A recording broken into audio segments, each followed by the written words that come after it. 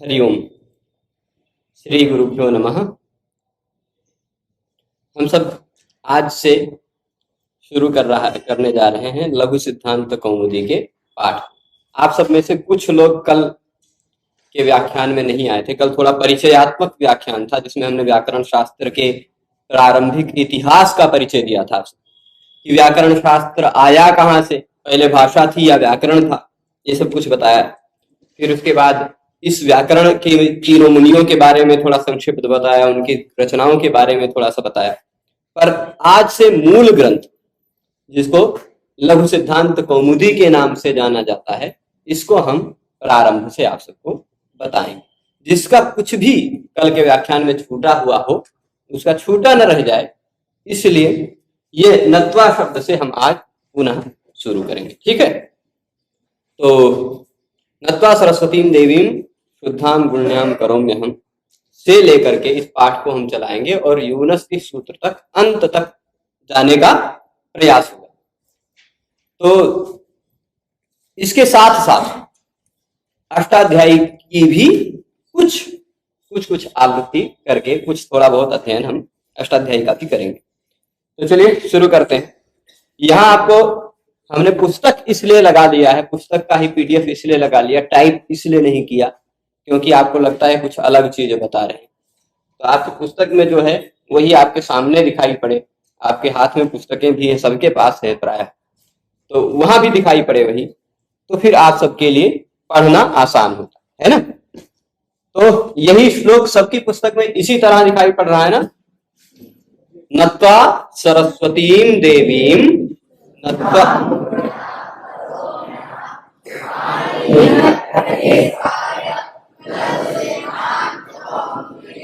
ठीक है। तो नत्वा सरस्वतीं देवीं, नत्वा सरस्वतीं देवीं, किसको नत्वा? सरस्वतीं देवीं। चलिए इसका अर्थ हमने कल बताया था, जिस तरह उसी तरह फिर से बता देते हैं। यहाँ करोम्यहम् आपको दिखाई पड़ रहा होगा, है ना। यही सबसे मेन वाक्य है। मुख्य वाक्य क्या है? करोम्यहम्। करोम्यहम् का तात्पर्य क्या होता है? करोमि अहम्, करोमि अहम्, यही हो जाएगा करोम्यहम्। ठीक, करोमि अहम् बन जाएगा क्या? करोम्यहम्। तो इसमें जो दो शब्द हैं, एक करोमि एक अहम, यही से वाक्य शुरू होगा। ये है मेनतः अहम।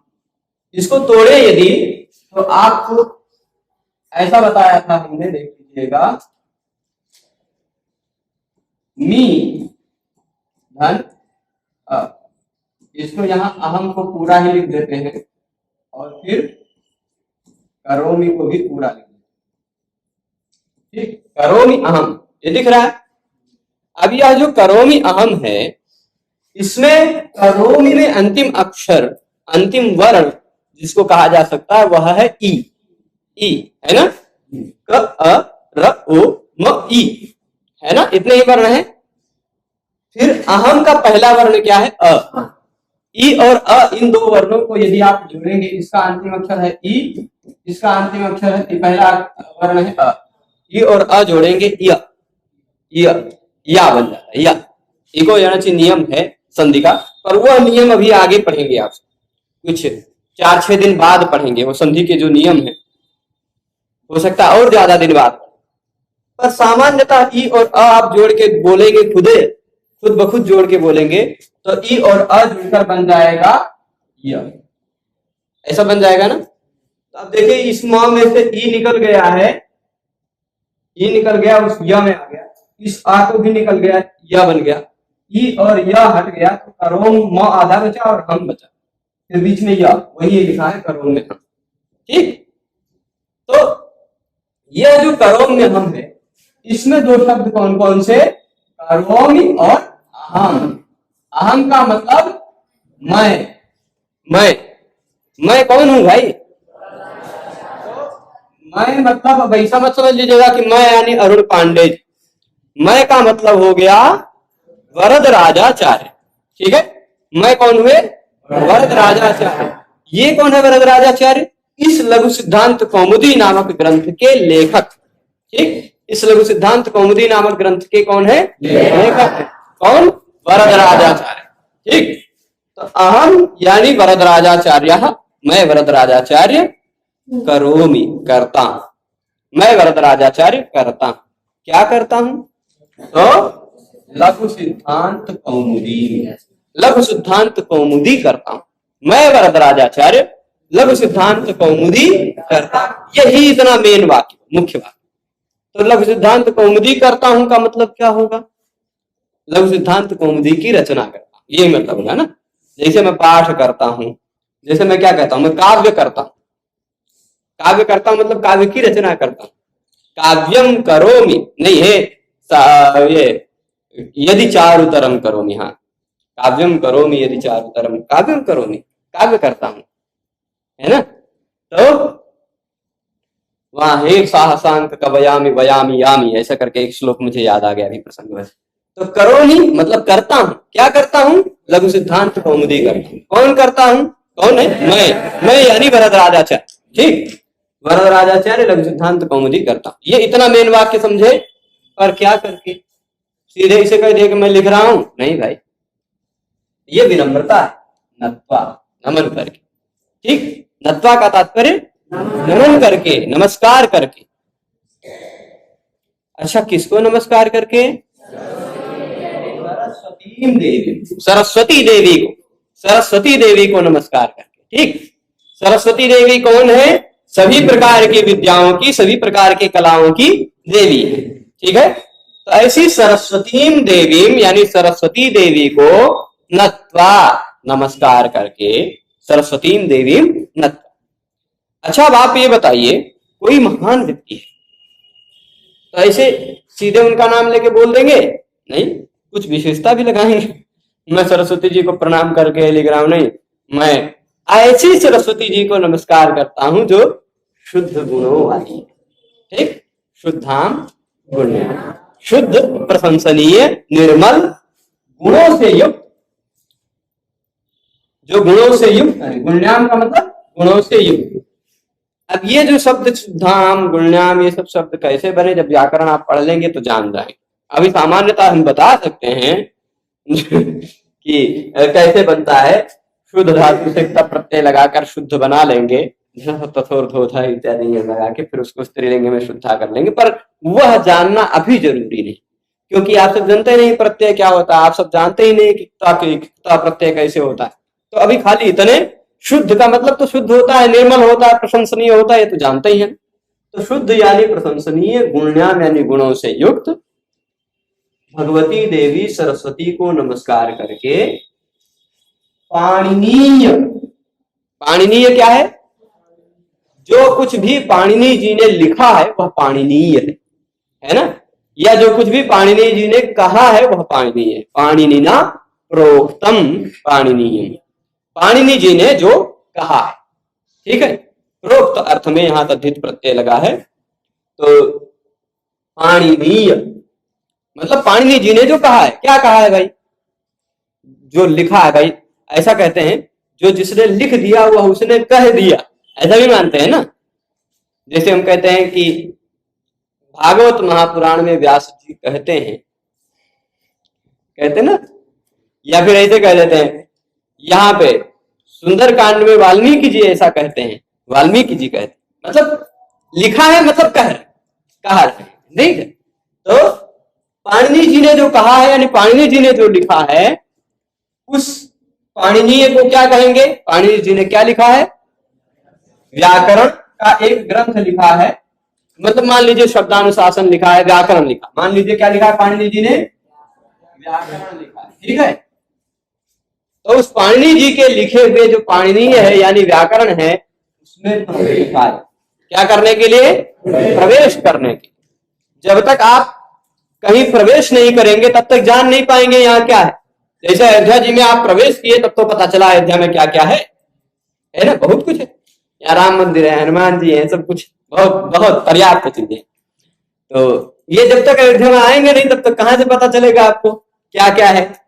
तो वैसे ही जब तक आप पाणिनीय व्याकरण में प्रवेश नहीं करेंगे तब तक आप जानेंगे क्या कि पाणिनीय व्याकरण से क्या क्या होता है, यहाँ कौन कौन से सूत्र हैं, क्या क्या कार्य होता है, किस तरह से प्रकृति प्रत्यय लगाकर शब्द इत्यादि बनते हैं, वो कैसे जान पाएंगे।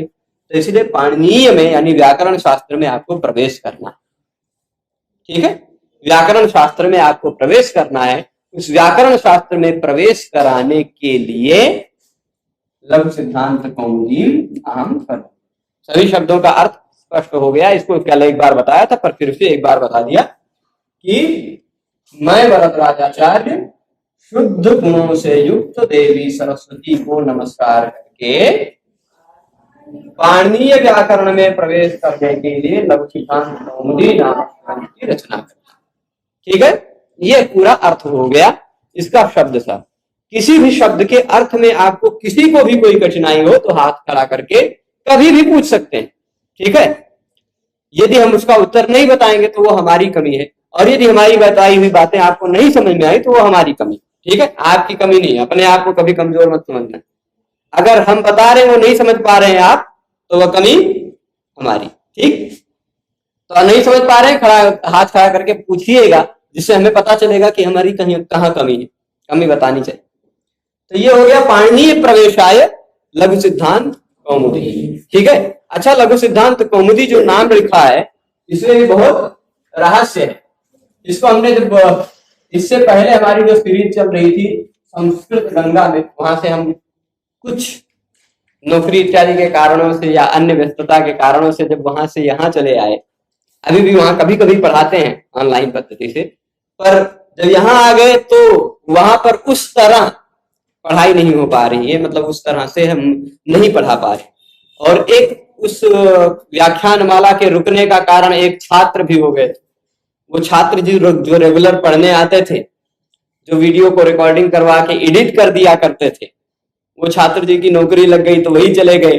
अब एडिटिंग रुक गई, हम रिकॉर्ड किए जा रहे हैं 20-25 वीडियो और एक्स्ट्रा रिकॉर्ड हो गई, एडिट एक भी नहीं हो रही है।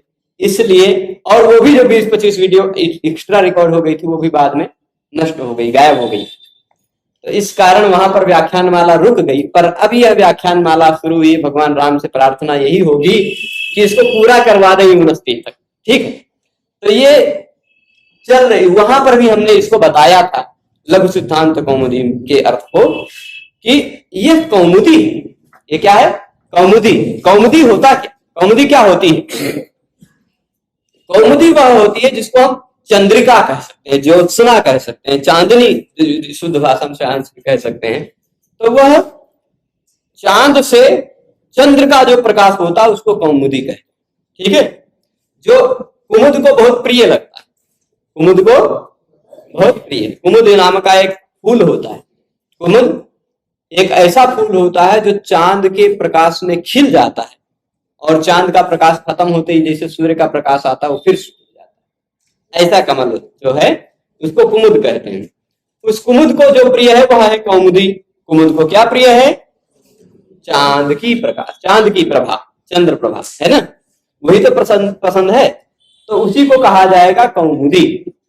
ठीक, वैसे कुमुद चंद्र को भी कहा गया, पर किस शब्दकोश में ये हमें नहीं पता है। किसी शब्दकोश में हमें कुमुद का मतलब चंद्र नहीं मिला, पर फिर भी हम गुरु परंपरा से ऐसे ही सुनते आते हैं, कौ पृथिव्याम मोदयति हर्षयति इति कुमुदः चंद्र। कौ मतलब पृथ्वी में जो मोदित करता है, हर्षित करता है सबको, वही कहे, उसी को कहते हैं कुमुद। और व्युत्पत्ति के आधार पर कुमुद कौन ऐसा है जो आप सबको आनंदित करता है, आप सबको हर्षित करता है, आप सबको आह्लादित करता है? कौन है? चंद्र। चांद को देखते हैं आप सभी लोग हर्षित होते हैं, आनंदित होते हैं। सूर्य को देखें तो सूर्य को देख ही नहीं पाते। प्रातः काल में देख सकते हैं, सायंकाल में देख सकते हैं, पर बाकी जब उसका वो प्रभाव बढ़ जाता था हम देख ही नहीं सकते हैं। तो फिर आह्लादित करने का काम करते हैं कुमुद जी, यानी चंद्र जी। और कुमुद की जो है वह कौमुदी है, यानी चंद्र की क्या प्रभा, चांद की किरण, ज्योत्सना, वही है कौमुदी। अच्छा, ये कौमुदी है तो एक कौमुदी मतलब ये भी उजाला करेगी क्या? कैसा उजाला करेगी ये? तो वैसे ही बहुत सारा नाम लेते हैं ना, ये कौमुदी मतलब वो चांद की कौमुदी, जैसे इसको कहते हैं ना भाई, ये तो बहुत महान है। अरे ये लड़का तो पूरे कुल का दीपक है। कल उदाहरण दे रहा था, कुल का दीपक। तो क्या है? दीपक है। जैसे जलता है दिया वैसे तो नहीं जल रहा है ये लड़का, पर फिर भी कैसे कह देते हैं दीपक है। तो वैसे ही ये भी चांद से नहीं निकल रही है ये पुस्तक, फिर भी इसको कौमुदी कहा जा सकता है, जैसे कुलदीप कह देते हैं, कुल के दीपक को, है ना। तो वो दिया नहीं है, वो जल नहीं रहा है, फिर भी दीप कहते हैं। वैसे ही आप चमक नहीं रहा है, प्रभा नहीं दे रहा, फिर भी कौमुदी। तो कुल दीपक किस आधार पर कहते हैं कि भाई ये पूरे कुल के नाम को रोशन करता है, वैसे ही कौमुदी इस आधार पर कहते हैं क्योंकि ये सभी विषयों को, जैसे चांद की प्रभा में, जैसे चांद की ज्योत्सना में हमें बैठने में, हमें कुछ देखने में, लिखने में, पढ़ने में कोई बहुत ज्यादा कठिनाई नहीं होती। चांद की प्रभा, सूर्य के धूप में बैठ के पढ़ना हो तो इतना नहीं कर सकते, पर चांद की प्रभा में पढ़ना हो आराम से पढ़ सकते, तो कोई कठिनाई नहीं होती। जिस तरह वैसे ही इसको भी पढ़ने में कोई कठिनाई नहीं होगी, इसके आधार पर व्याकरण को पढ़ने में, ऐसी इनकी भावना। ठीक है। अच्छा, ये कौमुदी कैसी वाली है? तो सिद्धांतों की कौमुदी, जिसका अंत सिद्ध होता है, निष्कर्ष सिद्ध होता है, उसी को सिद्धांत कहते हैं। सिद्ध अंतः यस्य सः सिद्धांत। ठीक, अंत जिसका सिद्ध है, अथवा सिद्ध चातव अंतः, निष्कर्ष सिद्ध जो अंत है, सिद्ध निष्कर्ष सिद्ध है, इसको भी सिद्धांत कह सकते हैं। तो अच्छा, ये सिद्धांत कौमुदी हो गई, पर कैसी है? लघु। आकार से भी बता रहे हैं कि लघु है, यानी बहुत बड़ी पुस्तक नहीं है कि आप सब लेके लाके ग्रंथालय में अपने यहाँ अलमारी में रख दें, फिर उसको बड़े आकार होने के कारण उसको उठेबे न करें। तो बहुत बड़ी भी नहीं, लघु है, लघु सिद्धांत कौमुदी। तो ऐसे लघु सिद्धांत कौमुदी की रचना कर रहा हूं, ऐसा वरदराजाचार्य जी ने इस मंगलाचरण के आधार पर कहा। ठीक है। अब लघु सिद्धांत कौमुदी, ये तो हो गया मंगलाचरण। ठीक है। यह मंगलाचरण कैसा है? नत्वा, यहां नम धातु का प्रयोग हुआ, इस कारण से हम नमस्कारात्मक मंगलाचरण। कहीं कहीं मंगलाचरण आशीर्वादात्मक भी होता है, कहीं कहीं वस्तु निर्देशात्मक भी होता है। सीधे सीधे विषय ही शुरू कर देते हैं। अस्त्युत्तरस्याम ऋषि देवतात्मा हिमालयो नाम अनगाधिराजः पूर्वा परौ तो निधि वगाह्य स्थित पृथिव्या इव मानदंडः। सीधे हिमालय का वर्णन ही शुरू करती है। उत्तर दिशा में देवतात्मा हिमालय नामक एक पर्वताधिराज रहते हैं, ऐसा कह दिया। श्रियः कुरूणाम अधिपस्य पालनीम प्रजासु वृत्तिम यमयीम तवेदितुम। सीधे यहां भी श्री है, एक श्री शब्द में मंगल है, बाकी सीधे विषय ही शुरू कर दिया कि कौरवों के राजा दुर्योधन के जो पालन करने की शक्ति है, जो उसकी राजश्री है, उसको जानने के लिए जिसको नियुक्त किया था, वह वनेचर युधिष्ठिर के पास आया। सीधे विषय ही बताना शुरू कर दिया। ऐसे ही श्रीपति श्रीमती शासितुम जगत जगन निवासो वसुदेव सत्मनि, ये शिशुपाल वधन में, वहां भी सीधे विषय ही बता देते हैं कि श्री के पति भगवान श्री कृष्ण वसुदेव सदन में बैठे हुए थे, वहां बैठे बैठे उन्होंने आकाश से उतरते हुए नारद जी को देखा। ऐसा तो सीधे विषय ही शुरू हो जाता है। कहीं कहीं न नमस्कारात्मक नमस्कार होता है, और कहीं कहीं सीधे आशीर्वाद देते, आशीर्वाद मंगलाचरण में ही आशीर्वाद देंगे। उदय नवेंद्र सवर्णा वासव दत्ता वलौ बलस्य त्वाम पद्मावतीर्ण पूर्ण वसंत कर्मरौ भुजन भुजौ पाता। यहाँ भुजौ, तुम्हें बलराम जी की भुजाएं तुम सबकी रक्षा करें, या बलराम जी की भुजाएं तुम्हारी रक्षा करें, ऐसा कह दिया। त्वाम पाताम, ऐसे ही पात वस चंद्रचूड़ा, वह चंद्रचूड़ा पात, जिसके चूड़ा पर चंद्र है वह तुम्हारी रक्षा करे, है ना। भगवान शिव जी अपनी 8 मूर्तियों से तुम्हारी रक्षा करें। नरसिंह भगवान की वो नखें तुम्हारी रक्षा करें जो त्रायंताम वो मधुरपोह प्रपन्ना पिच्छिदो न था। तुम सबकी रक्षा कौन करे? मधुरपु, भगवान नृसिंह के नख रक्षा करें तुम सबकी। तो ये आशीर्वाद हुआ। कहीं कहीं सीधे सीधे आशीर्वाद दिया जाता है तो आशीर्वादात्मक मंगलाचरण होता है, कहीं सीधे विषय ही शुरू कर दिया जाता है तो वस्तु निर्देशात्मक होता है। यहाँ नमस्कार है, यानी ये नमस्कारात्मक मंगलाचरण। मैंने इतना पर्याप्त उदाहरण दे दिया जिससे अंतर आप समझ पाए तीनों प्रकार के मंगलाचरण। तो ये नमस्कारात्मक मंगलाचरण हो गया। मंगलाचरण क्यों किया जाता है? क्योंकि ग्रंथ की समाप्ति हुई है। यद्यपि इसमें बहुत सारे विषय हैं, ये मंगलवाद भी है बहुत सारा, कि एक न्याय शास्त्र में इसकी चर्चा की गई है कि मंगलाचरण ग्रंथ की समाप्ति के प्रति कारण है, ऐसा पहला पक्ष उठता है।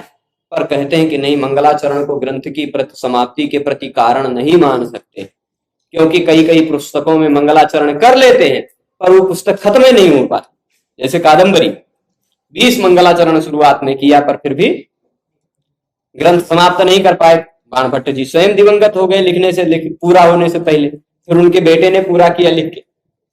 और किरणावली नामक एक ग्रंथ है, उस ग्रंथ को लिखने में मंगलाचरण किया ही नहीं, फिर भी पूरा हो गया। तो ऐसे कुछ कुछ ग्रंथ है जहां मंगलाचरण नहीं किया गया फिर भी पूरा हो गया, कुछ कुछ ग्रंथ ऐसे हैं जहां मंगलाचरण किया गया फिर भी नहीं पूरा हुआ। संक्षिप्त में मैं बताया, तो इससे पता चलता है कि मंगलाचरण ग्रंथ के पूरा होने के प्रति कारण नहीं। तो मंगलाचरण किसके प्रति कारण है? विघ्न के ध्वंस के। ऐसा मंगलाचरण करने से विघ्न समाप्त होते हैं। हम ये जो लिख रहे हैं, हम या जो पढ़ रहे हैं, इसमें आने वाले विघ्न भी हो सकते हैं। किसी के यहाँ कुछ हो जाए तो जाना पड़ जाए, किसी के यहाँ, तो इस पढ़ाई में भी विघ्न आ सकते हैं। तो ये विघ्न की समाप्ति हो जाए, इसके लिए मंगलाचरण करना चाहिए। विघ्न की समाप्ति के, विघ्न ध्वंस के। अब ये विघ्न ध्वंस होगा कैसे? यहां कादंबरी में क्यों विघ्न ध्वंस नहीं हुआ कि 20 मंगलाचरण किए फिर भी नहीं समाप्त? अब भाई उनका काल ही आ गया, उनकी मृत्यु का समय आ गया, वहां विघ्न बहुत बड़ा था, है ना। दोनों चीज समान पावर की रहेगी तब तो ठीक ठाक चल जाएगा, पर एक तरफ से पावर ज्यादा एक तरफ से पावर कम तो गड़बड़ हो सकता है। तो उनके विघ्न का पावर ज्यादा था, मंगलाचरण की पावर कम था, तो इसलिए उनका विघ्न ज्यादा हावी हो गया। किरणावली में मंगलाचरण नहीं किया, हो सकता है मन में ही कर लिया हो। कोई भी व्यक्ति है, साधारणतः आस्तिक समाज में ये है, हम भी कोई भी शुभ काम करने जाते हैं तो मन में भगवान को याद कर लेते हैं, है ना, याद करते हैं तभी शुरू करते। तो उन्होंने मन में ही कर लिया होगा और उनके पास इतने विघ्न न रहे होंगे, इसलिए उनकी पुस्तक पूरी हो। पर सामान्यतः वेद वाक्य कहते हैं समाप्ति कामो मंगलम आचरेत। जो भी अपने किसी भी काम की समाप्ति करना चाहता है वो मंगलाचरण करे। मंगलाचरण ग्रंथ की शुरुआत में भी होता है, ग्रंथ के मध्य में भी होता है, अंत में भी होता है।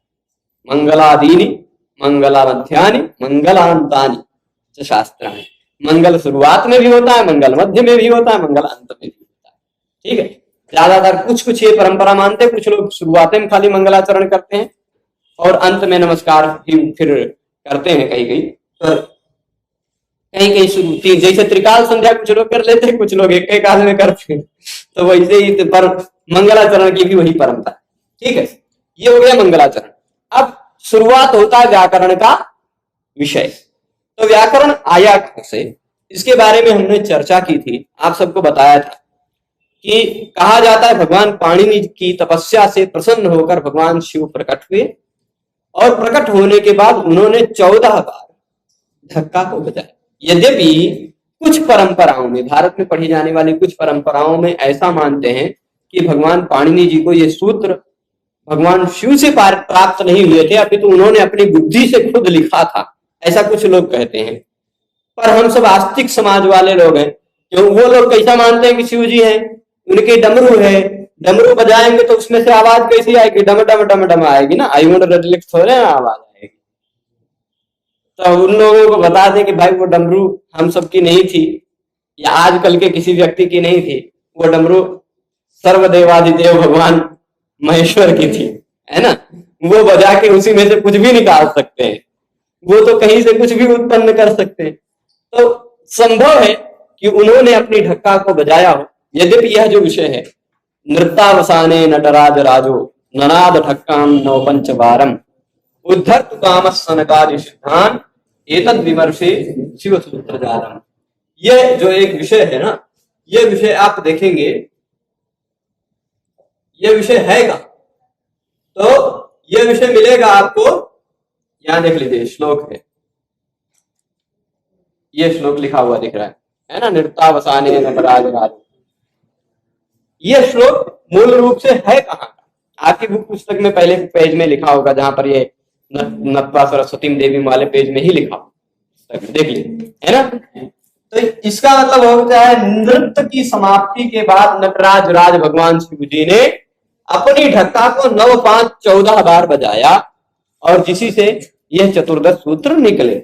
ऐसी उक्ति है, ऐसी प्रसिद्धि है, ठीक है। पर यह कुछ लोग नहीं मानते, कुछ लोग नहीं मानते, अब उन लोगों की बात अलग है भाई, जो लोग नहीं मानते। पर आप सबको यह मानना चाहिए कि भगवान शिव जी ने 14 बार ढक्का को बजाया, उससे यह 14 सूत्र प्रकट। ठीक है, वही 14 सूत्रों को भगवान पाणिनि जी ने लिखा और उन्हीं 14 सूत्रों के आधार पर 4000 सूत्र। तो ये 14 सूत्रों को आप हल्के में मत लीजिएगा। इसी में इतना है कि इन्हीं सूत्रों पर व्याख्यान करके यदि 4000 सूत्र लिखा जा सकता है, तो हम जैसे, हमारी बुद्धि तो वैसी नहीं है पाणिनि जी के 1000वें अंश के बराबर हो जाए तो भी हम अपने आप को धन्य माने, पर हम जैसे लोग भी सामान्यतः इसी पर ही व्याख्या करने जाए तो 1-2 दिन तो चल सकते हैं आराम से। 1-2 दिन का व्याख्यान खाली 14 सूत्रों पर ही चल सकता है। इसमें एक भी वर्ण को आप इधर से उधर नहीं कर सकते। जैसा हय वरट है, आप ये हय वरट है तो यह वरट नहीं कर सकते। एक को अक्षर के सीरियल को बदल नहीं सकते। पूरे व्याकरण की सारी प्रक्रियाओं में बहुत सारी समस्या है। यर प्रत्याहार बनेगा तो उसमें हा भी आने लग जाएगा, है ना। तो प्रत्याहार में अक्षरों की गड़बड़ी बनने लग जाए, वो कैसे बनेगा वो सारी चीजें समझाएंगे आप। पर अभी यह जो 14 सूत्र हैं, इन 14 सूत्रों को आप भगवान के वाक्य की तरह मान करके, किसके वाक्य की तरह? भगवान के वाक्य की तरह मान करके इन 14 सूत्रों को पढ़ेंगे। ठीक है, भगवान शिव जी ने अपने डमरू से इसको प्रकट किया और भगवान पाणिनि जी ने इसको लिखा। ठीक है, फिर इसी के आधार पर पूरा व्याकरण है। तो यह सूत्र कितने हैं? 14।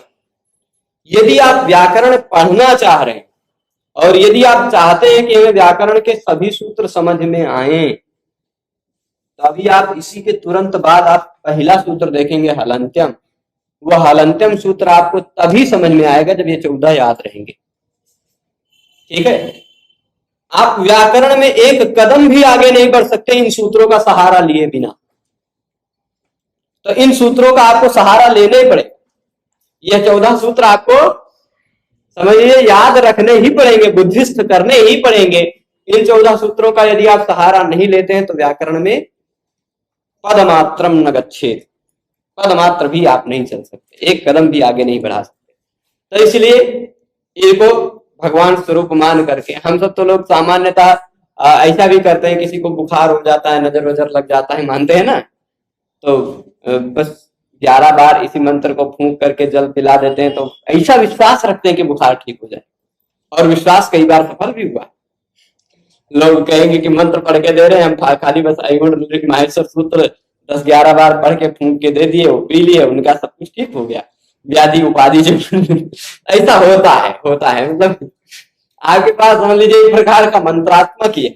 वर्ण समाम्नाय है, वर्ण समाम्नाय, इसको माहेश्वर सूत्र भी कहा जाता है, वर्ण समाम्नाय भी कहा जाता है, अक्षर समाम्नाय भी कहा जाता है। क्यों इसको वर्ण समाम्नाय कहा जाता है? समाम्नाय मतलब संकलन, समाम्नाय मतलब संकलन, एकत्रीकरण। जिसमें वर्णों को एकत्रीकरण किया गया है, एकत्रित किया गया है, वो वर्ण समाम्नाय। ठीक, वर्ण समाम्नाय कौन है? जिसमें वर्णों को इकट्ठा किया। तो इसमें आप देखेंगे संसार के जितने भी वर्ण, जितनी भी ध्वनियां, जितने भी आवाज निकल सकते हैं मनुष्य की भाषा में, उन सभी आवाजों को, उन सभी ध्वनियों को इनमें समाविष्ट किया गया, मूल ध्वनियों।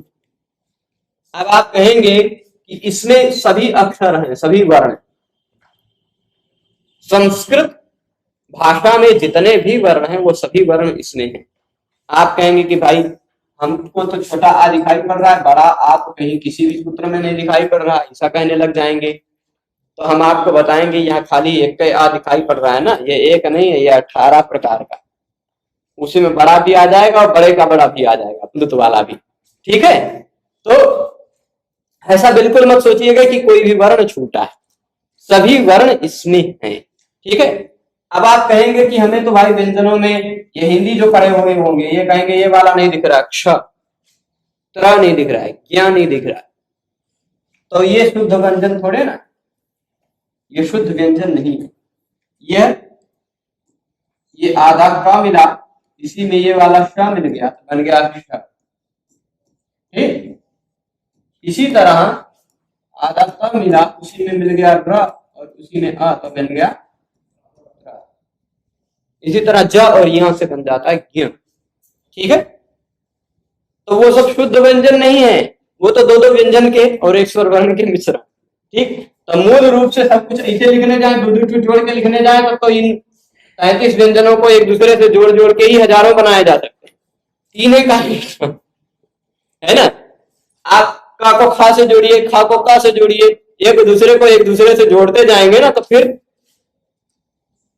33 को 33 से जोड़ के आप बना लीजिएगा कितने बन जाएंगे। ठीक है, तो इसलिए मूल रूप से 33 व्यंजन और 9 स्वर इसमें 14 सूत्रों में बताए गए। ठीक, 14 सूत्रों का आप लोग एक बार, वैसे यहाँ जितने लोग बैठे हैं छात्रों में ज्यादातर लोगों को याद, पर फिर भी कोई एकदम से प्रारंभिक व्याकरण पढ़ रहा है जिसको यह याद नहीं है, आग्रह करूंगा कि आज ये व्याख्यान हो रहा है, इसके बाद अगला व्याख्यान 24 घंटे बाद है लगता, तो तब तक उससे पहले ये 14 सूत्र जरूर रट के याद है। ठीक है, यह 14 सूत्र सभी लोग जितने भी यहाँ बैठे हैं या जितने लोग हमको ऑनलाइन यूट्यूब के माध्यम से सुन रहे हैं, उन सभी लोगों से भी यह आग्रह रहेगा कि आप व्याकरण में तभी आगे बढ़ पाएंगे जब आप इन 14 सूत्रों को याद रखें। ठीक है, तो इसको बोलेंगे ऐसे आ ई उण, ऋ ऋ, ए ओम, आई अचु,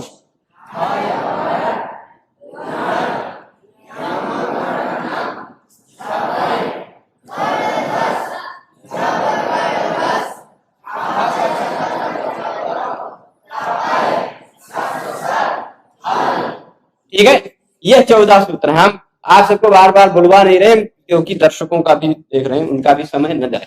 ठीक, साथ साथ में बोल लिया करें जब ऐसा कुछ है। तो आई उण शुरुआत के जो 4 सूत्र हैं, इन सूत्रों का हम आपको संक्षिप्त परिचय देते। तो आप लोगों को, लोग संस्कृत पहली बार पढ़ रहे हैं, इससे पहले हिंदी पढ़ लिए होगा जिन लोगों ने, उन लोगों को लगता होगा कि हिंदिया में हम पढ़े थे तो वहां आ ई उ ए ऐ ओ औ ऐसे सब कुछ था, हम और बीचों में भी था, 13 स्वर हो गए थे, फिर ढेर सारे व्यंजन हो गए थे, है ना, कथा गंगा तथा जजइया टठा डढा सब एक जैसे एक साथ दिख रहे थे। इसमें तो उस तरह नहीं है, टेढ़ा मेढ़ा है ऐसा लग रहा होगा, ऐसा नहीं है। हिंदी वाली अपनी जगह पे सही है एक तरह वर्गीकरण करने पर यह वाला एक तरह वर्गीकरण करने पर उससे भी ज्यादा सही है। किस तरह समझिएगा। ठीक है, आपको समझाने के लिए मैं एक काम करता हूं, इसको या रहने देते हैं, यही याद है ही क्या लिखे, क ख ग घ ङ लिखने की जरूरत नहीं लिखते। ठीक है, खाली ऐसे ही ध्यान दीजिए, ऐसे ही देखते जाइए इसको। यहां आपको दिख रहा होगा, यहां से यहां तक 4 सूत्र तक जितने बार नहीं, ये सभी स्वर। ठीक, यहां ये सभी स्वर वर्ण। ठीक है, अब आप कहेंगे अनाभिस्वर है क्या, अनाभिस्वर है क्या, नहीं। यहां कितने वर्ण हैं 14 सूत्रों में, यह यदि जानना है आपको तो अंतिम अक्षरों को, सभी सूत्रों के अंतिम वर्णों को नहीं गिनना है। ठीक है पालवान जी, किसी भी सूत्र को अंतिम अक्षर को नहीं गिनेंगे। ठीक, इसी तरह हैवरट के ट को भी नहीं गिनेंगे, लड़ के ण को नहीं गिनेंगे, गर्दन के मां को नहीं, सफाई के यहाँ को, गड़धर जब गड़धर चिड़तों में में या। ठीक, इन अंतिम अक्षरों को नहीं गिनेंगे यदि, तो कुल कितने वर्ण हो जाएंगे। स्वर वर्ण गिनिए, शुरुआत के 4 सूत्रों में स्वर वर्ण कितने स्वर वर्ण हो जाएंगे, 9। आ ई उ इसमें हो गए 3, इसमें हो गए 2, इसमें भी हो गए 2, इसमें भी हो गए 3, 2 5 2 7 2 9 स्वर वर्ण है ना। संस्कृत में मूल रूप से 9 स्वर, यद्यपि आगे आप पढ़ेंगे बहुत सारा प्रकार, तो ये मूल 9 प्रकार नहीं है, अपितु जोड़ेंगे तो 132 प्रकार हो जाएगा। सर कितने प्रकार का? ये संज्ञा 4-5 दिन में आप जान जाएंगे कैसे 132 प्रकार होगा। अभी इसमें 4-5 दिन कम से कम लगेगा, ठीक है। तो पर मूल रूप में 9 स्वर है, ठीक। ये 18 प्रकार का, ये 18 प्रकार का, ये 18 प्रकार का, ये 18 प्रकार का, 18 चौक 72 है ना। 18 चौक 72, 72 प्रकार के यही 4 स्वर हो गए, और बाकी 12 प्रकार के, तो 12 पंचे 60, 60 और 72 जोड़ लीजिए, 132 प्रकार हो जाए कुल स्वर, ठीक। कुल स्वर कितने प्रकार के हो जाएंगे? 132। तो अब पर मूल रूप में मूल स्वर कितने हैं? 9, ठीक। मूल स्वर कितने हैं?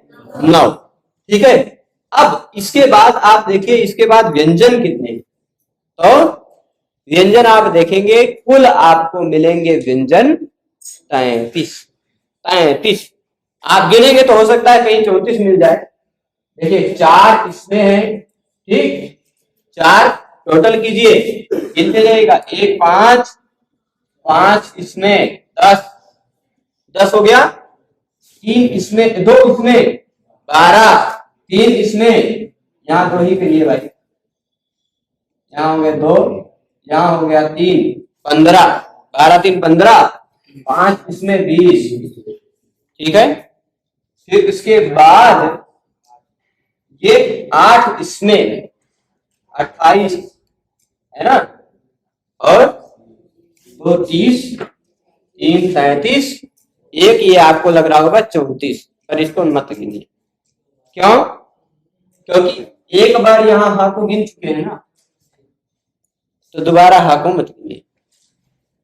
आप कहेंगे ये दोबारा क्यों कहा? तो आप एक बात थोड़ा गौर से ध्यान से देखिएगा, कुल 34 में से एक ह को घटा दीजिए, कितने वर्ण बचे व्यंजन? 33। तो संस्कृत में आप वर्ण समाम्नाय पढ़ते हैं, वर्ण समाम्नाय में इतना जरूर जानिए कुल कितने वर्ण, कुल कितने वर्ण? तो हो जाएंगे 42 वर्ण, ठीक। 42 द्विचत्वारिंशत् 42 वर्ण है। 42 में से 9 स्वर 33 व्यंजन है, ठीक है। 9 स्वर 33 व्यंजन, ठीक है। अब ह ही 2 बार कहा गया है। ह 2 बार क्यों कहा गया है? यह बात आपको जब आप प्रौढ़ मनोरमा इत्यादि व्याख्याओं को पढ़ेंगे तब आपको पता चलेगा। अभी थोड़ा सा संकेत कर देते हैं, थोड़ा सा ही। हकारो द्विरूपात्तोऽयम् अतिशल्यपि वांछितः अर्हेणाधुक्षदित्येतत् द्वयम् सिद्धम भविष्यति। मूल रूप से 2 अर्हेण और अधुक्षत, ये 2 रूपों की सिद्धि के लिए ह 2 बार कहा। ये ऐसे इन्हीं 14 सूत्रों के आधार पर प्रत्याहार बनाए। देखिए आ से लेकर के इस ट तक एक प्रत्याहार बन गया 8। क्या बन गया? आ से लेके ट तक 8। ऐसे ही आ से लेके ण तक अण, आ से लेके क तक अप, आ से लेके न तक अंग, प्रयोग नहीं किया गया है इसका, आ से लेके च तक अच्छ, ऐसे ही प्रत्याहार बनता है। तो ये ह यहां भी इसलिए कहा गया क्योंकि यह अट में आ जाए, अट में ह आ जाए, इसलिए कहा गया। और हा यहां इसलिए कहा गया है क्योंकि यह शल एक प्रत्याहार है, शल प्रत्याहार में हा आ जाए। अगर यहां दोबारा ह नहीं कहा जाता तो शल में ह नहीं आता, यहां पहली बार ना कहा गया होता तो अट में ना आता, और अट में आने के कारण अट उपवांग व्यवाय सूत्र से अर्हेण यह शब्द न सिद्ध हो पाता, अर्हेण। और वैसे ही शल में ना आ पाने के कारण शल इगुपधा धनिटः सह, इस सूत्र से अधुक्षत शब्द नहीं सिद्ध हो पाता, अलिक्षत शब्द नहीं सिद्ध हो पाता। ऐसे मतलब संस्कृत के बहुत सारे शब्दों की सिद्धि में दिक्कत आती, यद्यपि इसके 8 कारण बताए हैं। अट अश हश इण, देखिए अट यहां से लेके यहां तक अश, फिर उसके बाद यहां से लेके यहां तक हर्ष, और फिर यहां से लेके ई से लेके यहां तक इण, ये चार प्रत्याहारों में ह आ जाए इसलिए पहली बार ह है। इन चारों में ना आता तो क्या क्या दिक्कत आती, वो चार चार उदाहरण दिए हैं, और हजारों उदाहरण सकते पर चार उदाहरण सिंपल रूप में दे दिया गया है। अट का अरहेण है, फिर उसके बाद अश का है भो भगो हो पूर्व से योशी वाला देवा हसंती, फिर हर्ष का है देवो हसती, और इण का है लिलिहि ध्वे ऐसे करके प्राय, ठीक है। फिर ऐसे ही वल रल झल सल, वल रल झल सल, इन चारों प्रत्याहारों में कुछ पूछना है? वल रल झल सल इन चारों प्रत्याहारों में ये आ जाए इसलिए यहां ह, ठीक, चार, ठीक है। तो ये है कुल मिलाकर के, आप ध्यान रखिएगा ये ह, जो लोग आगे हैं वो ना खड़े हों क्योंकि पीछे के लोगों को समस्या होती, ठीक है। तो ये ध्यान दीजिएगा यहां पर ह क्यों है, यहां पर ह दो बार है, वो बहुत विस्तार से जब हम आपको बताएंगे प्रौढ़ लोगों को, जो लोग इसमें जिज्ञासा रखेंगे उन लोगों को बहुत विस्तार से हम सिद्ध करके बताते। और संक्षिप्त में खाली अभी इतना परिचय आपको दे दें तो शुरुआती चार सूत्रों में अच यानी स्वरवर्ण है, फिर उसके बाद आगे के व्यंजन वर्णों से देखते जाइए सारे व्यंजन। अब व्यंजनों में आप हिंदी में यदि पढ़े हैं, हिंदी के व्यंजनों को पढ़े, अब आप देखिएगा इस सूत्रों की रोचकता, अब आपको याद करना कठिन लग रहा होगा ना, अब आपको ये सूत्र जिन लोगों ने अभी तक याद नहीं किया उन लोगों को अब याद करना सरल हो जाएगा, कैसे जुगाड़ बता रहे हैं, ठीक है। जो लोग अभी तक नहीं याद किए हैं उन लोगों के लिए यह याद करना अब आसान होगा। कैसे होगा देखते जाइए। यहां से व्यंजनों को देखिए यहां तक, ठीक, कुल 33। अच्छा, हिंदी में भी मूल रूप में व्यंजन कितने, तो मूल रूप में 33 हैं, ठीक है, मूल रूप में। अब यद्यपि देखिए यह जो डा है इसी के नीचे एक डॉट लगा के ड़ बना देते हैं, ये जो ढा है इसी के नीचे एक एक्स्ट्रा लगाकर ढ बना लेते, ये सब एक्स्ट्रा अतिरिक्त वर्ण है, इनकी आवश्यकता नहीं, ठीक है। और मूल रूप में ये ढ बना लेते हैं, क्षत्रज्ञ एक्स्ट्रा वर्ण मान लेते हैं हिंदी वाले, पर मूल रूप में तो 33 हैं। कौन से 33? का से लेके मा तक के 25, क ख ग घ ङ छ छ ज झ ट ठ ड ढ ण त थ द ध न प फ ब भ म, ये 25 हो गए, पांचों वर्गों के 5-5, और फिर उसके बाद य र ल व स श स, ठीक है, यही 33 हिंदी में, इतने 33 मूल रूप से। य र ल व 4, स श स 4, 25 में 4 जोड़िए 29, उसमें 4 जोड़िए 33, वही 33 वर्ण यहाँ भी है, वही 33 यहाँ भी है। कैसे खोजेंगे आप? तो आप देखिए 33 में से 25 तो ग्रुप वाले, 5-5 का ग्रुप है ना, क ख ग घ ङ छ छ ज झ ञ ट ठ ड ढ ण त थ द ध न प फ ब भ म, ये 25 तो ग्रुप वाले हैं, 8 ही एक्स्ट्रा है ना जो ग्रुप से बाहर है। तो उन 8 में से आप देखेंगे ये और ये ह य व र ल, क्या को मत गिनिए, अंतिम अक्षरों को नहीं गिनते, ठीक, अंतिम वर्णों को हम नहीं गिनेंगे। ये ह य व र 4 यहां और ल 1, 5, उन्हीं 8 में से 5 शुरुआत में कह दिया और फिर 4 अंत में कह दिया, 5 4 9, मतलब 9 को 8 गिनिएगा क्योंकि हा 2 बार है ना। 4 अंत में कहा समझ लीजिए, 5 शुरुआत में कहा, पर उन्हीं में ह 2 बार है, यानी 8 वर्ण जो एक्स्ट्रा है वो शुरू और अंत में आ गए। व्यंजन की शुरुआत 4 एक्स्ट्रा 5 एक्स्ट्रा वर्णों से हुई जो ग्रुप में नहीं है, और समाप्ति भी अतिरिक्त वर्णों से ही, शेष से, ठीक है कि नहीं। बचे बीच में सारे वर्ग वाले व्यंजन आ जाएंगे, बीचों में सारे वर्ग वाले व्यंजन आ जाएंगे। देखिए 2 सूत्र ये, 2 सूत्र ये हो गए 4, और 4 सूत्र शुरुआत के स्वर वाले देखिए 4 सूत्र ये हो गए, है ना। दो सूत्र अतिरिक्त व्यंजन वाले, मतलब जो ग्रुप वाले नहीं है उनके, फिर इधर भी दो सूत्र अतिरिक्त व्यंजन वाले जो ग्रुप में नहीं है, यानी 10 4 4 8 सूत्र खत्म।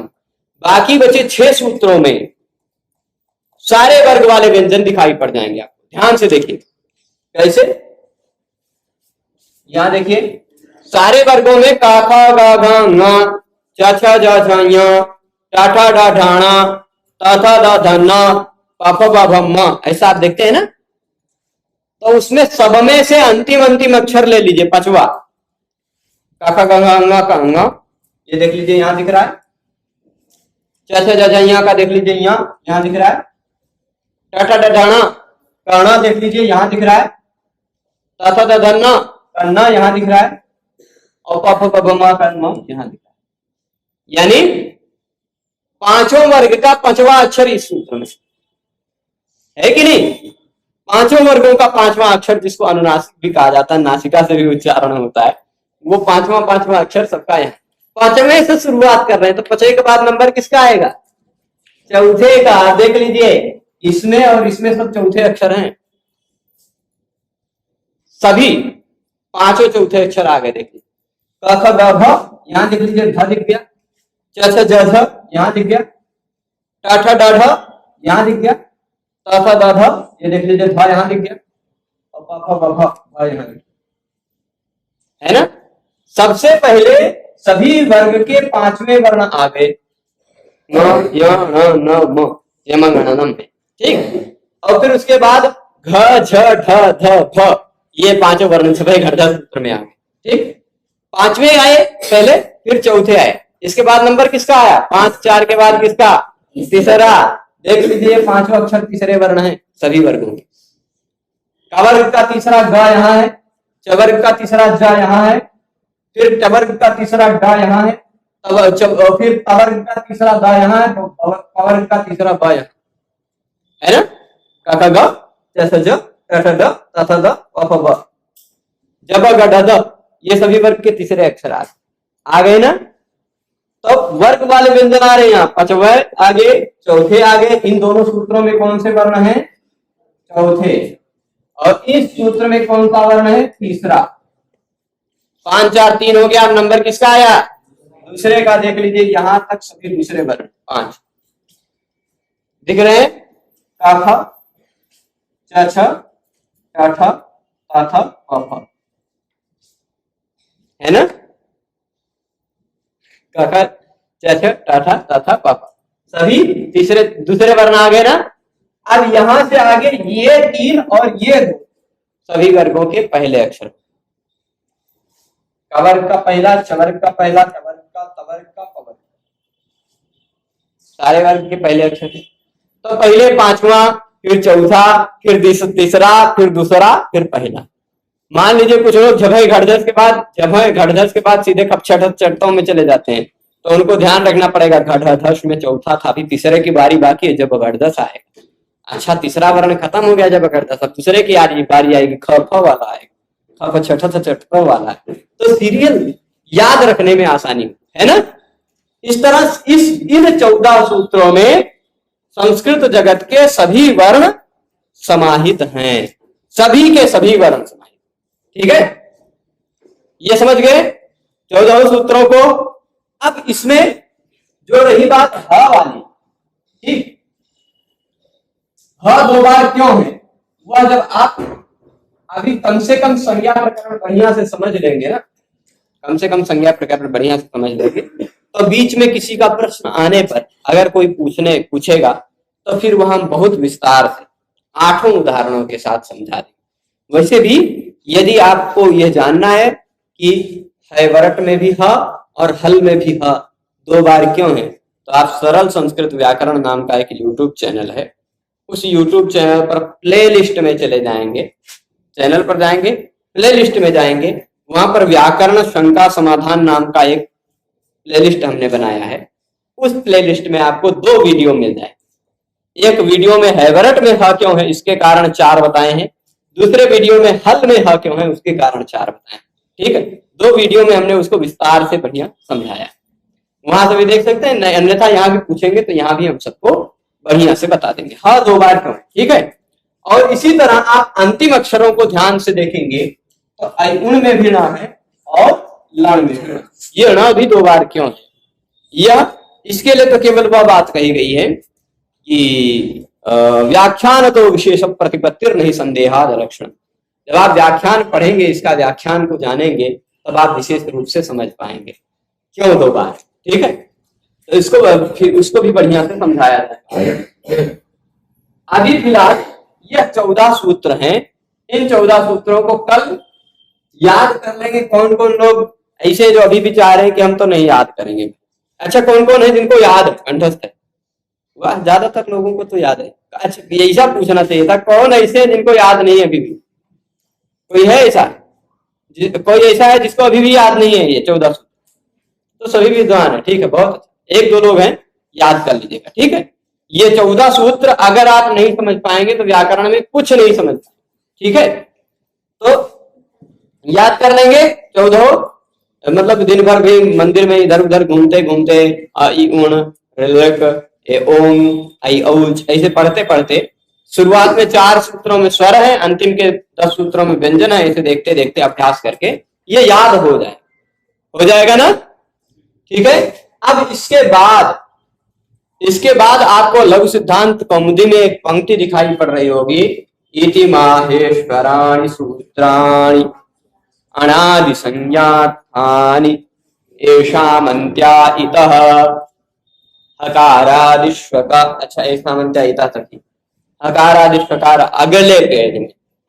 अभी खाली हम इतनी लाइन यहां तक इतः तक समझा देते हैं, फिर लघु सिद्धांत कौमुदी के आज के व्याख्यान को समाप्त करेंगे। ठीक है, इतः तक समझा देते। हकारादिष्वकार से आगे कल बढ़िया से समझाएंगे। ठीक है, तो इति मतलब ये जो खत्म हुआ ये विषय, ये माहेश्वराणि सूत्राणि, ये माहेश्वर के सूत्र, माहेश्वर सूत्र।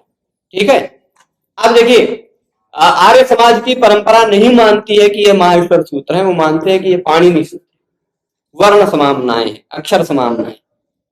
उनको जो मानना है वो माने, उसमें हम विरोध नहीं करते हैं। पर हम खाली यहाँ अभी लघु सिद्धांत कौमुदी पढ़ा रहे हैं, तो लघु सिद्धांत कौमुदी पढ़ते समय इस पुस्तक के लेखक जो है उनके मत का अतिक्रमण हम नहीं करेंगे।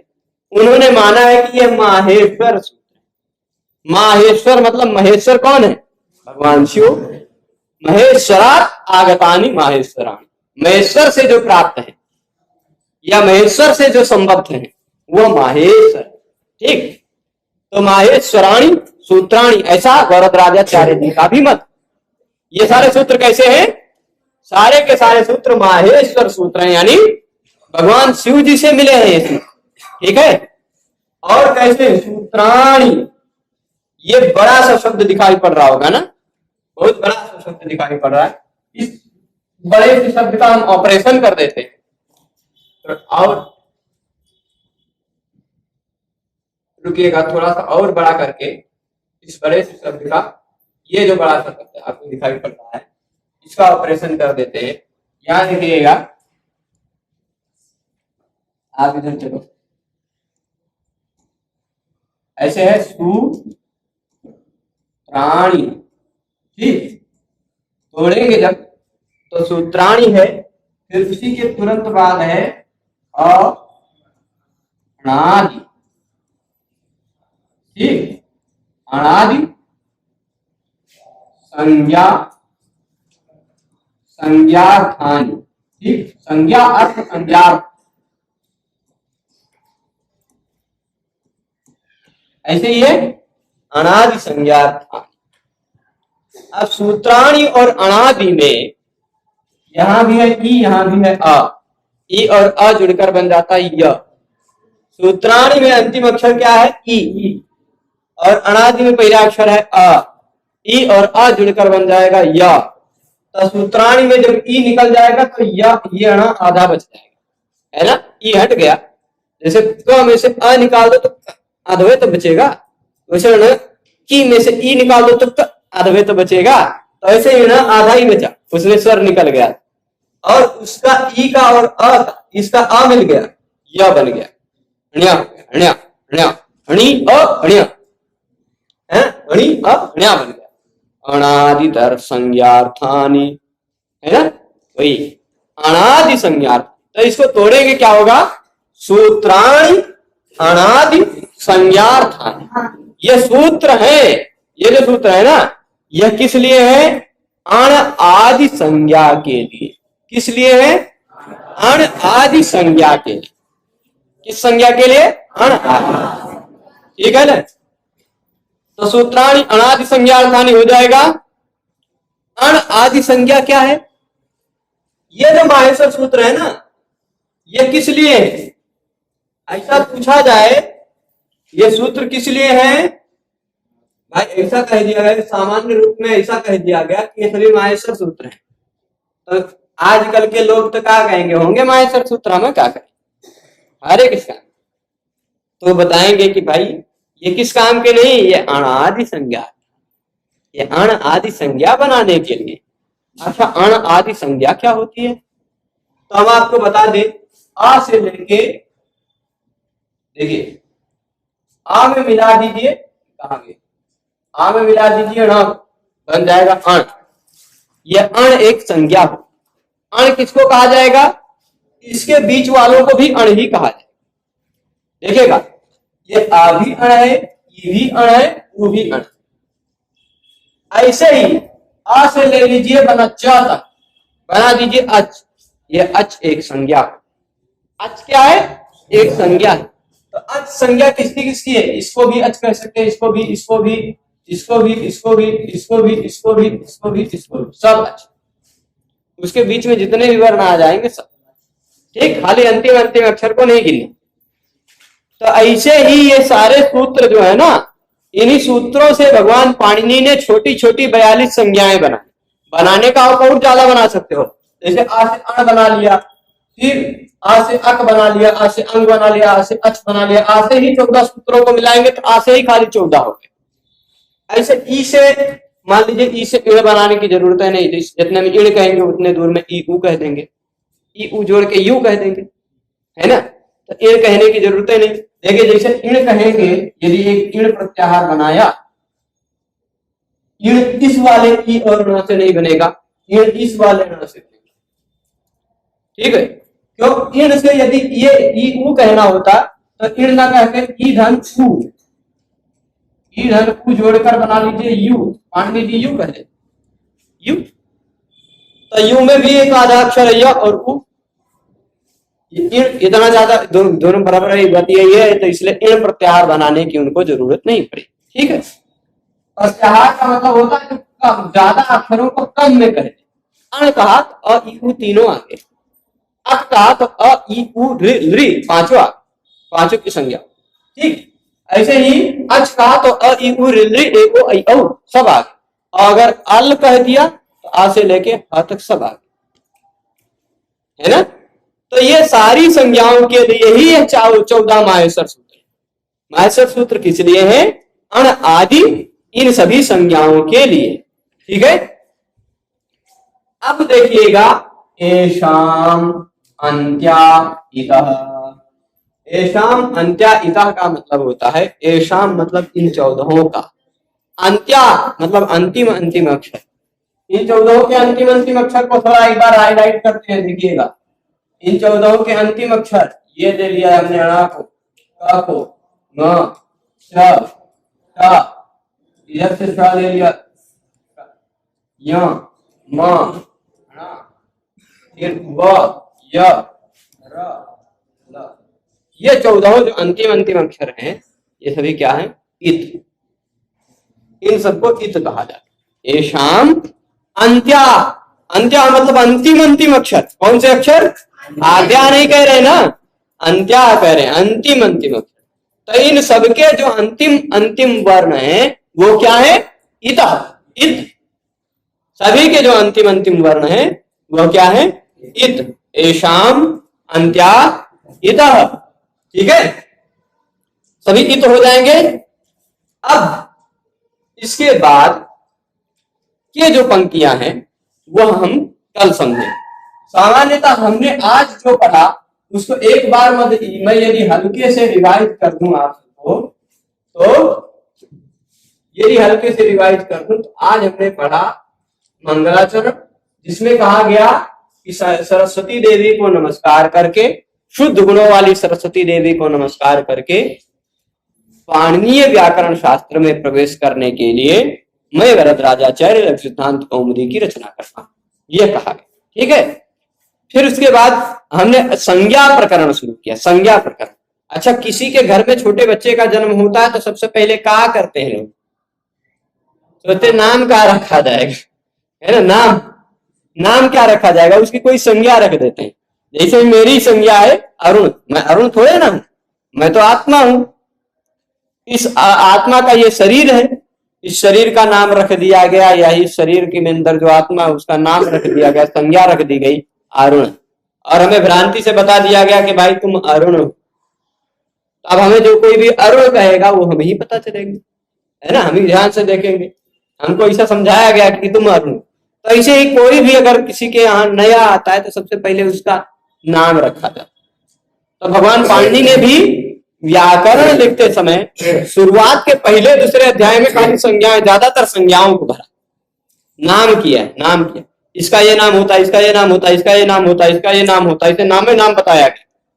फिर उसके बाद में बताया गया कि ये जो अण है उसके साथ ये काम करो, जो वृद्धि है उसके साथ ये काम करो, गुण है इसके साथ ये काम करो, संयोग है उसके साथ ये काम करो, ऐसे इसे सब संज्ञाएं बता दी पहले। तो यहाँ भी ये संज्ञा प्रकरण में शुरुआत में इसमें भी 14 माहेश्वर सूत्र है, तो 14 ही सूत्र संज्ञा प्रकरण में रखा है ना।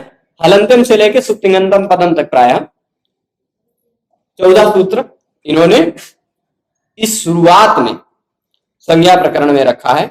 वह संज्ञा प्रकरण को हम सब पढ़ना शुरू किए। ये संज्ञा प्रकरण, संज्ञा प्रकरण में सबसे पहले अण इत्यादि संज्ञा के लिए जो 14 सूत्र हैं, इन 14 सूत्रों को बता दिया हमने। 14 सूत्रों में कुल मिलाकर 42 वर्ण हैं। शुरुआत के 4 सूत्रों में जो 9 वर्ण हैं वो स्वर वर्ण है। अंतिम के 10 सूत्रों में जो 33 वर्ण है वह व्यंजन वर्ण, ठीक है, हल वर्ण। फिर इसके बाद हमने बताया इति माहेश्वराणि सूत्राणि, ये सभी माहेश्वर सूत्र हैं अण आदि संज्ञाओं के लिए, ठीक है, ये सभी माहेश्वर सूत्र अण आदि संज्ञाओं के लिए, ठीक है। तो आज के इस पाठ को यहीं पर रोकते हैं। सभी लोग पूरे पाठ में प्रारंभ से लेकर अंत तक जुड़े रहे, उसके लिए सभी को बहुत बहुत धन्यवाद। नमो नमः।